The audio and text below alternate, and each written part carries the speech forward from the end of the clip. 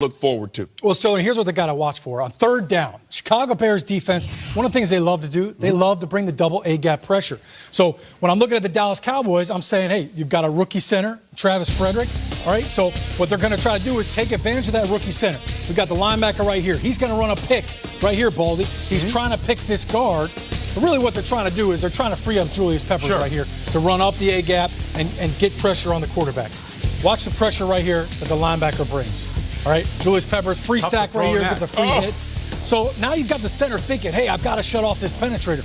All right, so now what they do, hey, they trick him because now the center's going to set right here thinking he's got this linebacker, but James Anderson is going to pick him, and now they're going to run this looper right here. And Adrian Peterson's going to try to come over and block, and James Anderson comes free because they're taking advantage and they're picking on the center right here with this third down double A-gap blitz. Now here it is again. And this is what happens, all right, when you get a center that's not sure who's going to block who. All right, he's going to set for this linebacker right here, and he's going to get picked. All right, Bostic's going to come around. Toby Gerhart, they're on different levels right here.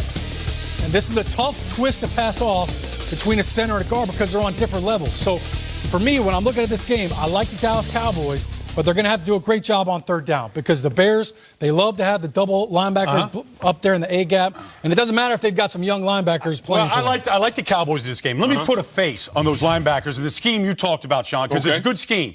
But Lance Briggs not in the game. Urlacher's long gone. So the rookies in Chicago right now, John Bostic, Kasim Green, are now manning the middle at middle linebacker. You know what? They both made plays last week.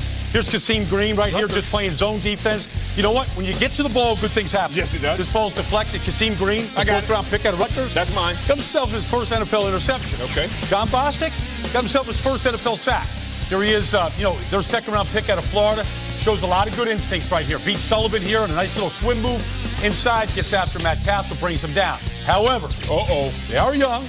Got to show you some of the bad here. All right, Cordell Patterson at tailback here. Here's John Bostic taking his play on with the wrong shoulder. He's got to spill this Sean back into his help. And he doesn't, hits it with the wrong shoulder. Cordell Patterson breaks the tackle. Kasim Green. Cordell Patterson gets his sort of first rushing touchdown, the league, big play in that game. Now, Kasim Green, same thing.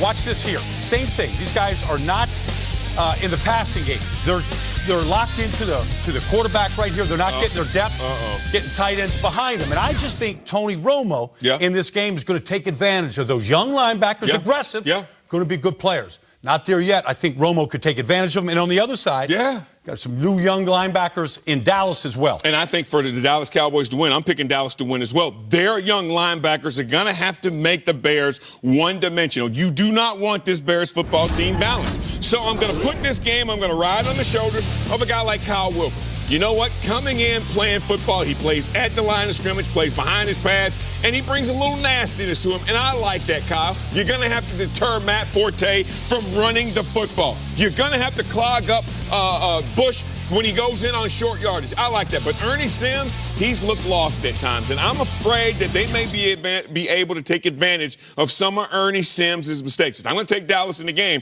but I'm putting it solely, not on Tony Romo in the passing game, putting it solely on the shoulders of the linebackers of the Dallas Cowboys. For even more on this game, here's my man Matt Millen with our channel locks to victories.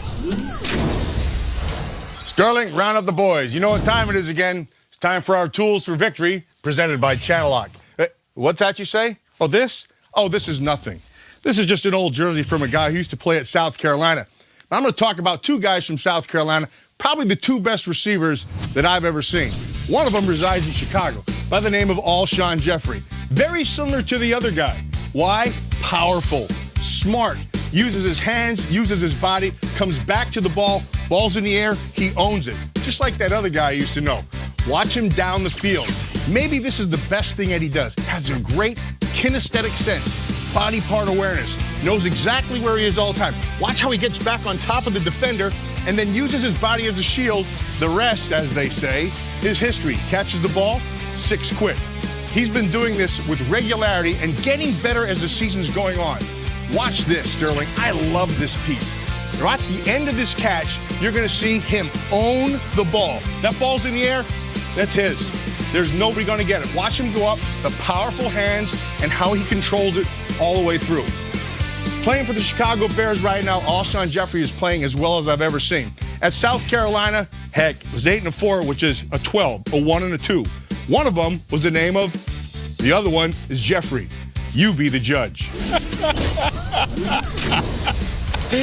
Matt, he broke all my records in South Carolina, and I've never had a 200-yard game playing in the National Football League, so that Alshon Jeffrey is pretty doggone good. NFC North standings right there on your screen. The Detroit Lions sit at the head of the table. My struggling Green Bay Packers in third. Bears got a big one against the Dallas Cowboys. The Lions, of course, head to the link to take on the Eagles. When we return, I got a battle of NFC South quarterbacks, and let me tell you, Brian, whichever one of these quarterbacks plays the best, not only